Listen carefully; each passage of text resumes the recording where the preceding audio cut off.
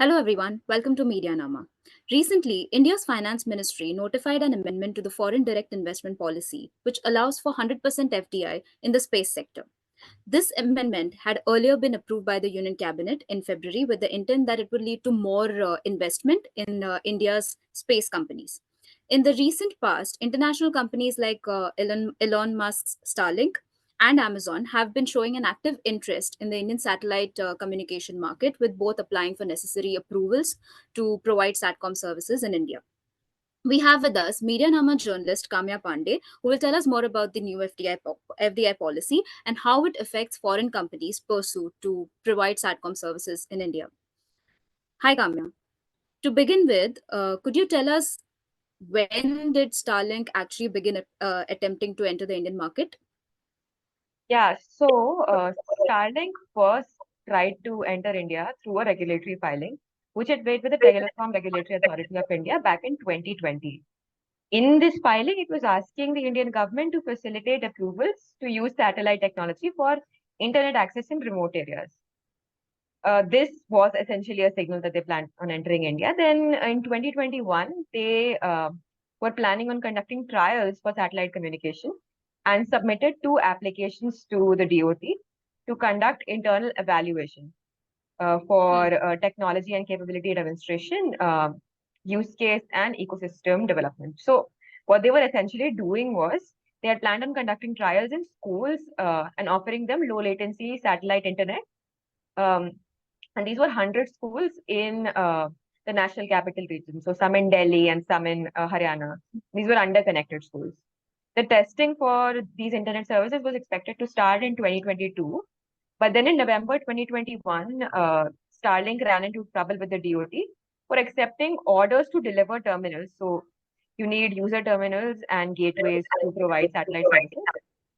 So it had accepted pre-orders for terminals that it was planning on supplying to the Indian market at a nominal fee. The Indian government said that since you don't have a necessary permissions to operate in India, you have to refund the fee. That's what they told Starlink. Then, post all of this happening, it submitted a fresh application in 2022 for Global Mobile Personal Communication (GMPCS) satellite services. So yeah, that's pretty much it. There's been development since as well. So India currently is also a target market for Starlink. It has submitted a regulatory filing again last year, where it argued that satellite spectrum should fall within the realm of administrative allocation and should not be auctioned, like what is the current practice for terrestrial network operators. So anything like an Airtel or a Jio has to go through auctions and bid for spectrum, which is what it said shouldn't happen for satellites. Right. So are there any other new developments with Starlink and the Indian satellite communication market which needs to be mentioned here and are Yeah, important? this is a two-parter. So I'll just answer your first question first. The application process, which started in 2022, the GMPCS license process, well documented in media. This year in January, the Economic Times reported that Starlink's application was taking longer to process because it was refusing to disclose its shareholding. So Starlink is a private company in the US, and as such, it's not supposed to disclose shareholdings.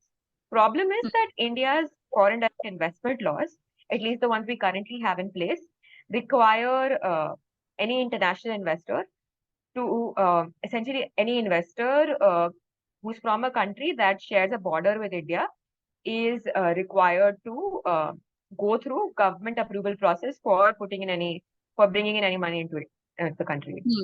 So that's the reason why the Indian authorities were asking Starlink to give details of its shareholding. Coming to the second part of your question about what's happening in the satellite market, Starlink's pretty much got its wish.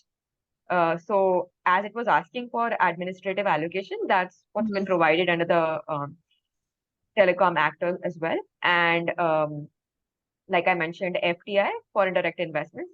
So foreign direct investments within the satellite space have now been allowed, like 100% foreign direct investment can be brought in within the satellite space. And also, there's new regulations on what has to go through government approval and what can just go through an automatic process. So something like a 74% investment in satellite manufacturing would go through the automatic route, where you Hmm. wouldn't have to ask the government before you make an investment. Right. So that's what's been happening. And how does the new FDI rules affect companies like Starlink? Does it make it easier for them to now get the licenses approved? Or Not licenses per se, but it does make it easier for them to invest. hmm. So I imagine Starlink or even any other company that wants to enter India would find it easier because they wouldn't have to, go through a bunch of government approvals just to put money in. Probably still have to go through the licensing process, Right. but approvals for investments are much easier. Hmm. And are there any potential concerns with letting foreign companies like Starlink enter India's SATCOM services?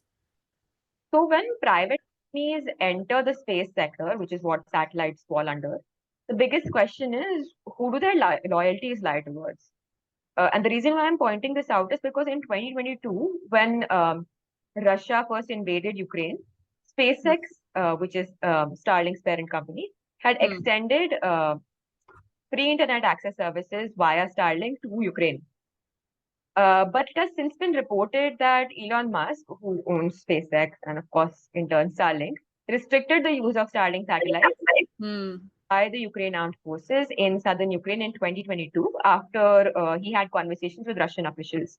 Now, restricting Starlink use had the effect of subverting an intended Ukraine attack on Russian military targets who had been invading Ukrainian territory. So that's one. That's like major geopolitical concerns which happens with private companies having control over things like the internet, Hmm. uh, especially satellite internet. Besides this, there's also been recent reports that SpaceX is building a network of hundreds of satellites for surveillance purposes for the US National Reconnaissance Office. It's an intelligence agency which oversees spy satellites. So both these things, when we look at them in conjunction with each other, tell us that SpaceX or in turn Starlink entering India could have major implications for India's national security interests. Now, Hmm. what I find very odd though is that despite all of this, uh, the notification which came for the FDI rule allows foreign companies to put an investment in India, in the Indian satellite market, came like soon after Elon Musk came to India. What Right. we what we expected probably was, India wouldn't want a company like Starlink entering India, but the intended consequence seems to have been completely different. All right. Thanks, Kamya. For our viewers, if you wish to read more about technology, news, and policy, do check out our website, medianama.com, and follow our YouTube channel for more such quick explainers. Thank you.